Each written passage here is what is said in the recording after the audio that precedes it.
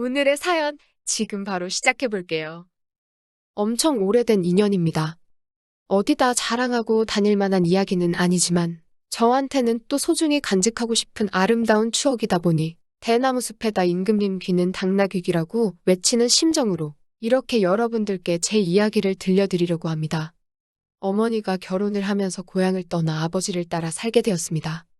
그래도 저희 어머니가 대학물 먹은 사람이라서 맞벌이 부부 생활을 했지요. 타지에서 아는 사람 하나 없이 아버지 하나만 보고 따라왔는데 어머니는 어머니 나름대로 외롭고 힘든 시간을 보냈나 봅니다. 그러다가 회사에서 친구를 한 명 사귀게 되었대요. 나이 차이는 조금 나는 편이기는 했지만 어머니한테는 그 주변 지역에서 말 터놓고 지낼 유일한 사람이었기 때문에 친하게 지내게 되었답니다. 어머니를 언니 하면서 잘 따르기도 했고 다행히 둘이서 죽도 잘 맞아서 둘이서 매번 같이 놀러 다니고 그랬답니다. 그 인연이 이어져서 저희 어머니가 제가 태어나고 나서 직장을 관두면서도 두 사람은 계속해서 인연을 이어왔다고 하더라고요. 저희 집에 자주 놀러와서 지냈던지라 그리고 저 볼 때마다 이뻐해주고 용돈도 주고 했던 분이시라서 제가 이모라고 부르면서 잘 따르기도 했습니다. 그 지역에서 꽤 오래 살았기 때문에 사실상 가족 다음으로 많이 만나던 사람이 이 이모였습니다. 그런데 어린 마음에 그랬나 저한테 잘해주기도 하고 그때의 기억은 흐릿하지만 웃는 게 참 예쁜 사람이었던 걸로 기억해요. 키도 작았고 동안에다가 얼굴도 작은 여리여리하던 스타일이라서 어느 정도 제가 크고 나서는 오히려 제가 덩치가 더 크게 되더라고요. 제가 서울에 있는 대학교에 합격하면서 저희 아버지도 은퇴를 하시게 되었고 그렇게 저희는 온 가족이 삶의 터전을 서울로 옮겨가게 되었습니다. 서로 한국 땅 안에 있는데 못 만날 게 어딨냐며 어머니와 이모는 아쉬워하기도 했습니다. 하지만 무엇보다 제가 더 이상 엄마의 친구이자 이모라고 따르던 하지만 속으로는 내심 여자로서 좋아하고 있던 그녀와 떨어지게 되니 그 부분이 가장 아쉬웠습니다. 그녀 또한 제 손을 잡으면서 건강하게 잘 지내라면서 눈물까지 흘려줬는데 그날 그때의 얼굴이 아직도 기억에 선명하게 남아있습니다. 그 영향을 받아서 저는 지금도 솔직히 미시 혹은 연상 취향이 굳어지게 되었습니다. 그런데 연상이라는 게 사실 나이차가 한두 살 많은 연상을 말하는 게 아니기 때문에 젊을 때 연애를 하면서는 또래의 여자들과 연애를 하기는 했지만 무언가 저를 채우지 못하는 것이 있었지요. 아무튼 속으로 아쉬움은 많았지만 제 취향을 들킬 수 없어서 사실 그때는 주변 친구들도 여자 그룹 가수 누구, 드라마에 나오는 주연금 누구, 주인공 동생으로 나오는 누구 하면서 다들 연하나 동갑내기 여자들에게만 관심이 있다 보니 저는 선뜻 여자 주인공보다 여자 주인공 엄마로 나오는 사람이 더 예쁘지 않냐 하는 이야기를 꺼내기가 힘들었지요.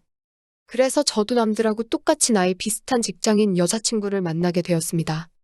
대학교 졸업할 때까지는 솔직히 별로 관심도 없었어서 연애를 하지 못했는데 오히려 그런 걸 보고 주변에서 오해들 하고 그러니 어쩔 수 없이 시작한 연애였어요. 그래도 첫 연애라고 내심 많이 좋아하기도 했고 마음도 많이 썼습니다. 하지만 최선을 다하긴 했지만 역시 중요한 순간에 커지질 않으니 한참 때인 나이인데도 두 사람의 연애 관계가 더 발전을 할 수는 없었지요. 그래도 그때 여자친구가 저를 많이 위해주고 기다려주고 어떻게는 일으켜보려고 이것저것 노력도 많이 했습니다. 도무지 그 여자친구한테 나는 나보다 나이가 많은 사람이 아니면 안 될 것 같다는 말을 꺼낼 수가 없었지요. 그 여자친구가 나쁘다고 생각하진 않습니다. 그녀도 사람인데 당연히 답답하고 힘들었겠지요. 결국 그녀는 저를 두고 다른 남자를 만나더라고요. 그런데 그 과정이 저에게는 그 사실을 숨기고 양다리를 걸치고 있던 거였어요. 그래서 그때 마음의 상처가 엄청나긴 했습니다. 저를 위해 그만큼 희생해준 좋은 사람이었던 여자친구가 나를 두고 어떻게 양다리를 걸칠 수가 있나 하는 배신감이 더 컸지요. 게다가 이러나 저러나 어쨌든 첫 여자친구였기에 여자친구의 바람에 저는 시리에 빠지게 되었고 그때 카카오톡도 연락처도 핸드폰에 있던 모든 걸 지워버리고 한동안 방황을 하게 되었습니다. 그렇게 허송세월을 보내다가 시간이 지나니까 해결이 되더라고요. 그리고 나서 다시 백업해둔 연락처를 정리하면서 카카오톡도 설치하고 정상적인 삶으로 되돌아갈 준비를 하고 있었습니다. 마지막 백업을 해둔 게 너무 오래전이었어서 그동안의 친구 목록이 다 사라져 있었지요. 그런데 제 눈에 띄는 번호가 하나 있었으니 제가 대학 오면서 헤어지게 되었던 저에겐 첫사랑이나 마찬가지였던 이모의 번호였습니다. 10년 동안 같은 번호를 쓰고 있던 건지 카카오톡에 자동으로 친구 등록이 되면서 오랜만에 이모의 사진을 볼 수 있었습니다. 작은 핸드폰 화면에 작은 사진으로 보니 괜히 떨리더라고요. 그래서 이모의 사진을 터치해서 확대를 했습니다. 여전히 작고 아담한 체구도 그대로였고 얼굴살이 조금 더 빠졌을 뿐 저를 설레게 했던 미소는 여전하더라고요. 어디 아는 사람들하고 산에라도 놀러 갔던 건지 등산로에서 찍은 사진을 보니 오랜만에 마음이 설레이기 시작했습니다. 그때부터 그녀가 어떻게 지내나 궁금하더라고요. 그런데 상태창을 보니까 메모 남겨놓듯이 해놓는 프로필 상태 메시지에 아무것도 필요 없어라고 약간 냉소적인 구절을 상태 메시지로 남겨놨더라고요. 그리고 프로필 사진으로 되어 있는데 그게 올려보면 옛날에 해놓은 과거 사진들도 다 볼 수 있었거든요.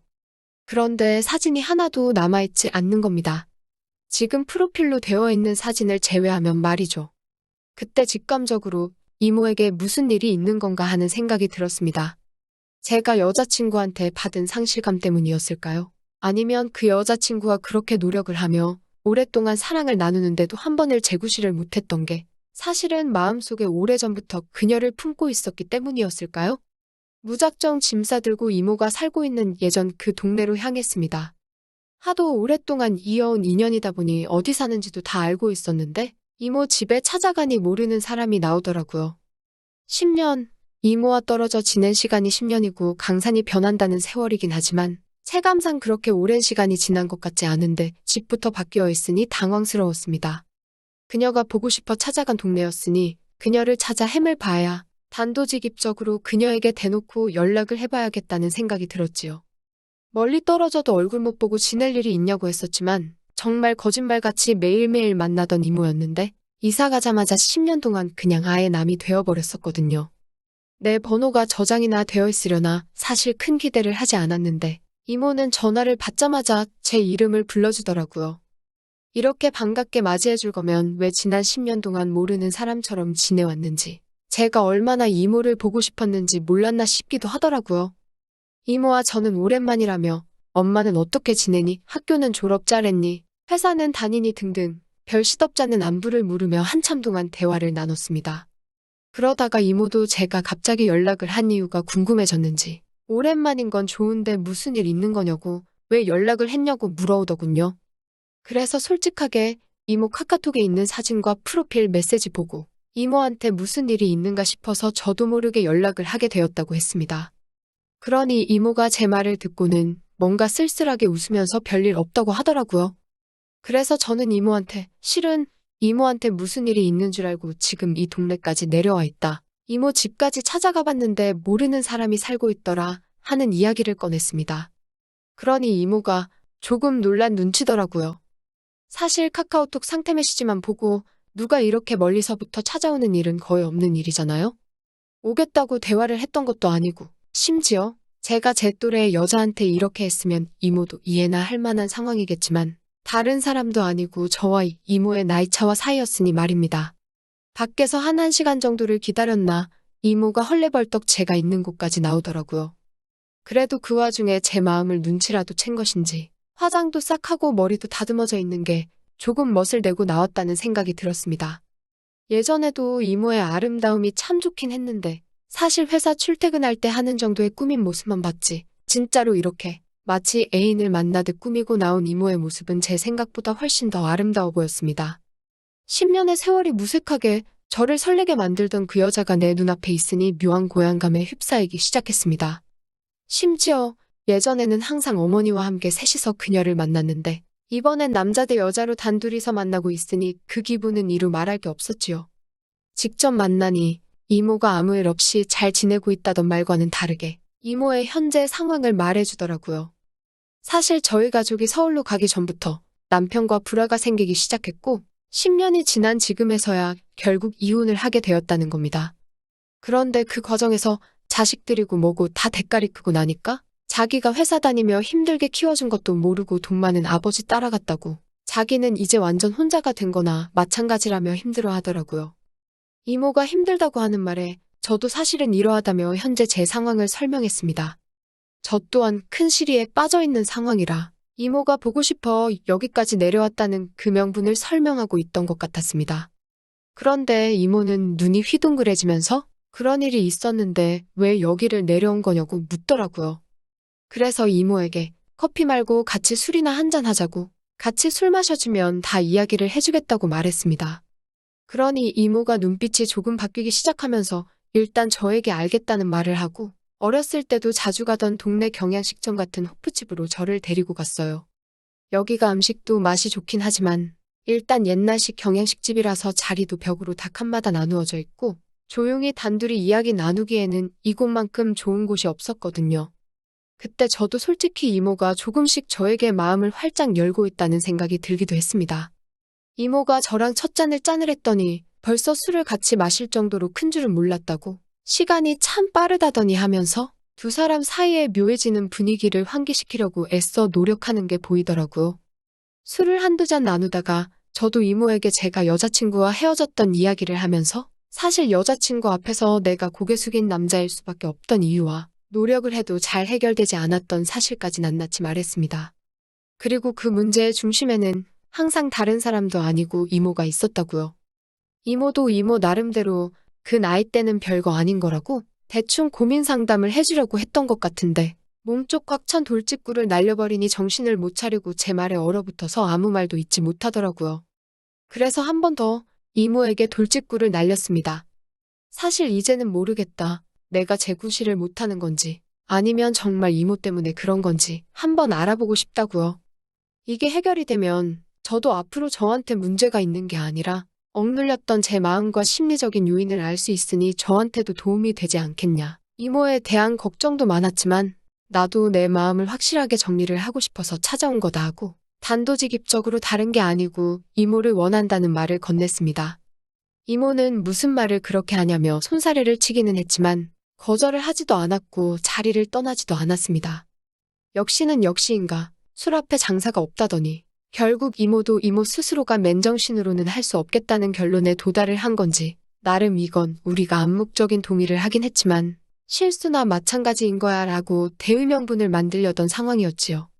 이모는 가족들과 떨어져 나와 혼자 지내고 있으니 집에 혼자서 지내고 있었어요. 집까지 데려다 달라는 이모의 말이 시간이 늦었으니까 자고 가라는 말이 앞으로 일어날 일에 대해서 의심을 넘어 확신이 되어가고 있는 상황이었습니다. 여자친구와 분위기도 많이 만들고 이런저런 시도는 많이 해봤지만 실제로는 단 한 번도 해본 적이 없으니 많이 긴장이 되기도 했습니다만 솔직히 걱정할 게 없었습니다. 이모가 알아서 잘 해줄 거라는 생각이 들었거든요. 여자친구와 이런저런 시도를 할 때와는 전혀 달랐습니다. 이미 이모를 부축하고 이모의 집까지 가는 동안 저는 이미 준비가 되어 있었거든요. 기세가 완전 제 두껍고 질긴 청바지를 뚫어버리고 나올 기세였으니 말입니다. 저에게 있어서는 오래된 첫사랑이자 제 어머니에게는 둘도 없는 고향 친구 같은 사람이었습니다. 그 오묘하고 복잡한 인간관계 속에서 그 중심에 내가 있다니 오히려 그게 더욱 더 저에게 힘을 불어넣어 주더군요. 게다가 저는 이미 10년이 아니라 아마 철들었을 때부터 계속 이모를 제 곁에 두고 싶어 했었으니 말입니다. 다음 날 아침이 돼서야 이모는 걱정이 되기 시작했나 봅니다. 실수라고 하기에는 이미 서로가 의도한 대로 되었다는 걸 알고 있기에 후회해도 이미 때는 늦은 상황이었으니 말입니다. 저도 직장인이기에 결국 주말을 보내고 나서 서울로 돌아가야 했습니다만 그녀의 올가미에 꽉 물린 듯 했습니다. 그녀도 은퇴를 한 상황인데 굳이 뭐하러 제가 매주말마다 지방까지 내려와야 하는지 싶어서 아예 그녀에게 생활 정리하고 서울로 올라오라고 제안을 했지요. 그녀는 저한테 버림받을까 두려움이 있었는지 주저하더라고요. 그래서 제가 그녀에게 다시 확신을 줬습니다. 당신은 내가 10년이 넘는 세월 만에 겨우 내 것으로 쟁취한 사람이라고. 이제는 절대 놓치지 않을 거라고요. 제가 어머니한테 결혼하고 싶은 여자가 있다 하여 그 자리에 이모를 데리고 나갔을 때 어머니는 뒷목을 잡고 쓰러질 뻔했습니다. 어차피 저는 취직 후에는 집에서 나와 혼자 살고 있었는데 집에서는 허락받지 못한 만남이기에 결국 이모와 둘이 살림을 합쳐서 지내게 되었지요. 언젠가는 부모님도 저와 이모의 사이를 인정해줄 그날이 올 거라고 믿어 의심치 않습니다. 그때까지는 좀 오랜 시간이 걸리겠지만 지금은 최선을 다해서 지금의 만족스러운 삶을 유지해보려고 합니다. 오늘의 사연은 여기까지네요. 긴 사연 끝까지 들어주셔서 감사합니다. 구독과 좋아요 잊지 말아주세요.